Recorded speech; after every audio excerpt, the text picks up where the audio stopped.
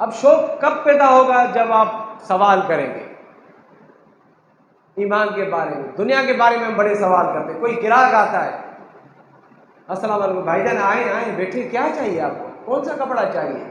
کیا میٹر والا چاہیے؟ شادی میں پہننا ہے؟ کیا کرنا ہے؟ کسی کو تحفہ دینا ہے؟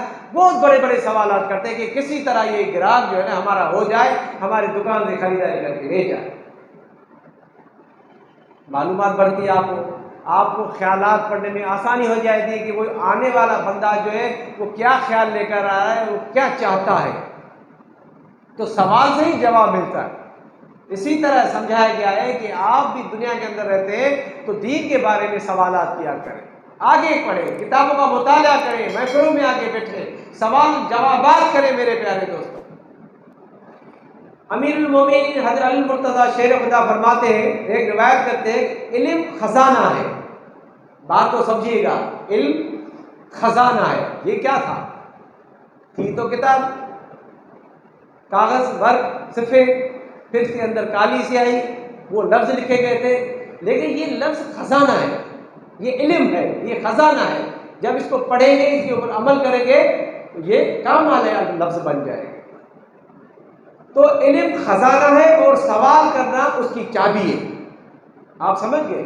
علم خزانہ ہے، اب سوال کریں گے آپ کو جواب ملے گا، اس کا مطلب یہی کہ اس خزانے کی چابی آپ کے پاس آ گئی۔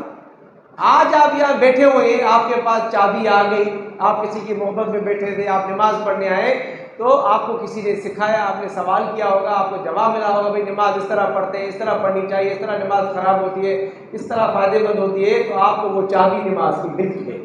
اسی طرح کہتے ہیں کہ سوال کرو گے تو جواب جو ہے وہ علم کا خزانہ ہے اور چابی ہے۔ اللہ پاک تم پر رحم فرمائے۔ سوال کیا کرو، کیونکہ اس میں 4 افراد کو ثواب دیا جاتا ہے۔ کوئی سوال کرو گے تو جواب دینے والوں کو ثواب ملے گا، جو ساتھ بیٹھنے والا ہوگا، آپ سے محبت کرنے والا ہوگا، اس کو بھی ثواب ملے گا۔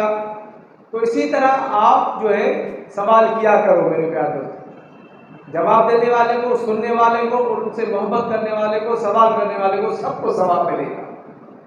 اور سرکار فرماتے ہیں کہ بے علمی کا علاج سوال ہے۔ بے علمی کا علاج جو ہے وہ سوال ہے۔ سوال ہوگا تو بے علمی ختم ہوگی، آپ انٹرسٹ لیں گے، دلچسپی لیں گے، شوق پیدا کریں گے، بھائی مجھے نماز سیکھنی ہے، قرآن سیکھنا ہے، مولوی صاحب مجھے سمجھائے، مجھے بتائیں روزہ کس چیز سے ٹوٹتا ہے، نماز میں کون سی وجہ سے نماز ضائع ہوتی ہے، وضو کس طرح کیا جاتا ہے، مجھے سمجھائے۔ تو اس طرح علم کے خزانے کھلتے ہیں۔ اسی طرح آپ کے سارے جو اللہ کے علم ہے اس کے خزانے کی چابیاں آپ کے اندر منتقل ہوتی رہیں گی میرے پیارے۔ حضرت عبداللہ بن عباس رضی اللہ عنہما سے پوچھا گیا، آپ نے اتنا علم کیسے حاصل کیا؟ پوچھا گیا، آپ صحابی ہیں دونوں، آپ نے اتنا علم کیسے حاصل کیا؟ تو آپ نے فرمایا، بہت زیادہ سوال کرنے والی زبان اور بیدار دل کے ذریعے سے یہ میں نے علم حاصل کیا۔ آپ سمجھ گئے؟ وہ حضور سرکار سے سوالات کرتے تھے کہ صحیح یہ کس طرح ہوا، یہ کس طرح ہونی چاہیے، حضور سرکار فرماتے تھے، پھر کسی اور سے سوال کیا، اسی طرح وہ سیکھتے تھے۔ شرم ساری کریں گے تو شرم کریں گے تو بھائی کیسے سوالات کے جواب ملیں گے؟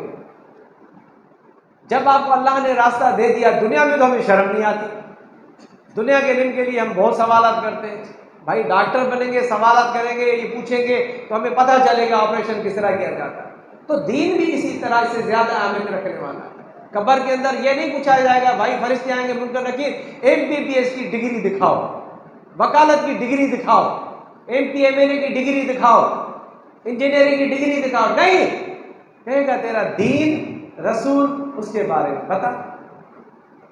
وہ تو بھائی آپ اپنے پیٹ کے لیے کر رہے ہیں، اچھی طرح کرو گے تو وہ بھی دین ہے، لیکن سب سے پہلا دین ہے تو اللہ اس کے رسول کا دین ہے۔